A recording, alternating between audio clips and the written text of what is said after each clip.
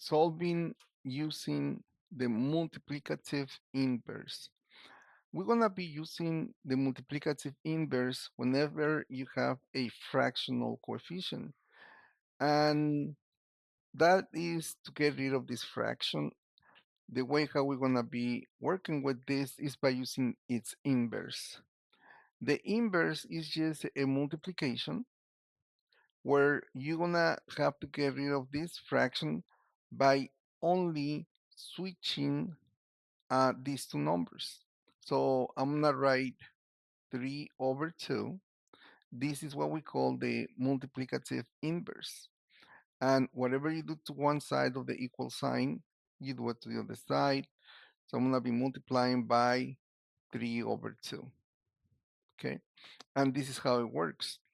Um, 3 divided by 3, instead of multiplying, we can just divide. 3 divided by 3, you get 1, and 2 divided by 2, you get 1. So all of this is going to turn into 1. 1 times a, you're going to get a. On the other side, we can multiply it and then divide, or we can divide and then multiply it. But you got to do both. Let me start by multiplying. Okay, 4 times 3, you're going to get 12. And then we're going to be dividing it by 2. 12 divided by 2, the answer is going to be 6. Okay, and that's how we're going to be applying the multiplicative inverse to solve for a. Okay, now let's look at number 2. We're going to do exactly the same thing. We're going to be using the multiplicative inverse to get rid of this fraction. Well, to get rid of it, the multiplicative inverse, I'm going to use the same fraction. I'm going to switch the two numbers. So I'm going to write 4 divided by 2. And remember, whatever you do to one side of the equal sign, you're going to do it to the other side. Multiply by 4 over 2. Okay. Now, we can start by dividing. 2 divided by 2, you get 1. 4 divided by 4, you're going to get 1. 1 times b, we get b. On the other side, we can multiply it and then divide, or we can divide and then multiply it. But you got to do both. Okay, so I'm going to start by dividing this time. Negative 4 divided by 2, you're going to get negative 2. And then negative 2 multiplies 4. Negative times a positive, you're going to get negative 8. And that would be the answer. Now, remember, whenever you multiply, we're going to use this triangle, and we're going to be multiplying the signs or divide. And we're going to use negative, negative, and a positive. On this case, can you see that you multiply negative times a positive? What you do is you're going to cover the two signs that you have in that multiplication, and it tells you that the answer is going to be negative. That's why I wrote negative and then multiply the two numbers. 4 times 2, that will be 8. Okay. Let's do the next one. Number 3. We're going to do exactly the same thing. Okay. So we're going to use the multiplicative inverse. So what I'm going to do is I'm going to take the fraction that I have, and then I'm going to flip the two numbers. So that means I'll be multiplying by 3 over 2. That's what this parenthesis means. On the other side, I'm going to do the same thing. Multiply by 3 over 2. This is the multiplicative inverse. Okay. Now, here, instead of multiplying, I can just divide. 3 divided by 3, you get 1. 2 divided by 2 is 1. And that means that this number 1 is going to be multiplying a. That's how we're going to get a equals. On the other side, I can multiply it and then divide, or I can divide and then multiply it. But don't forget, you got to do both. So what I'm going to do is I'm going to start multiplying. negative 3 times positive, negative 6 times positive 3. Now multiply the two signs. So on this case, multiply a positive with a negative. It tells you that the answer should be negative, and then multiply the two numbers. 6 times 3, that's how you're going to get 18, and 18 is going to be divided by 2. Now, one more time, when you divide the two signs. Okay? Negative divided by a positive, cover the two signs that you have in that division. It tells you that the answer should be negative. And now 18 divided by 2, the answer is going to be 9. So the answer that we get is going to be A equals to negative 9.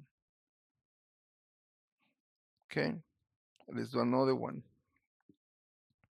So number 4, the multiplicative inverse of this fraction, or what I'm going to do is I'm going to use the same numbers, I'm going to switch them, and that means I'll be multiplying by 8 over 3. Whatever you do to one side of the equal sign, you do it to the other side. So multiply by 8 over 3. This is the multiplicative inverse of this fraction. And now 3 divided by 3, you get 1. 8 divided by 8, you get 1. And this 1 is going to be multiplying b. So that's how we're going to get b. On the other side, I can multiply and then divide, or I can divide and then multiply. It's gonna be the same thing, but remember, you gotta do both. So in this case, I wanna divide. Negative 6 divided by 3. First, I wanna divide the two signs that I have. You dividing a positive with a negative. So I'm gonna cover the two signs that I have in that division. That tells me that the answer is gonna be negative. And then divide the two numbers. 6 divided by 3, the answer should be negative 2. Now, after I divide, I'm going to be multiplying negative 2 times positive 8. I'm going to cover the two signs that I have in that multiplication. It tells me that the answer should be negative. And now multiply the two numbers. 8 times 2, the answer is going to be 16. And we're going to say b equals to negative 16. What you found is the value of b. We're never going to say negative 16 equals to b. It's the other way around. Okay? Now, moving on to number 5, we're going to do exactly the same thing. The multiplicative inverse, I'm going to take the same fraction, and I'm going to write 3 over 5. And whatever you do to one side of the equal sign, you do it to the other side. Multiply by 3 over 5. Now, when we multiplied on this side, instead of multiplying, I'm going to just go ahead and divide. 3 divided by 3, you get 1. 5 divided by 5, you get 1. So all of this turns into 1. 1 times a, you're going to get a equals.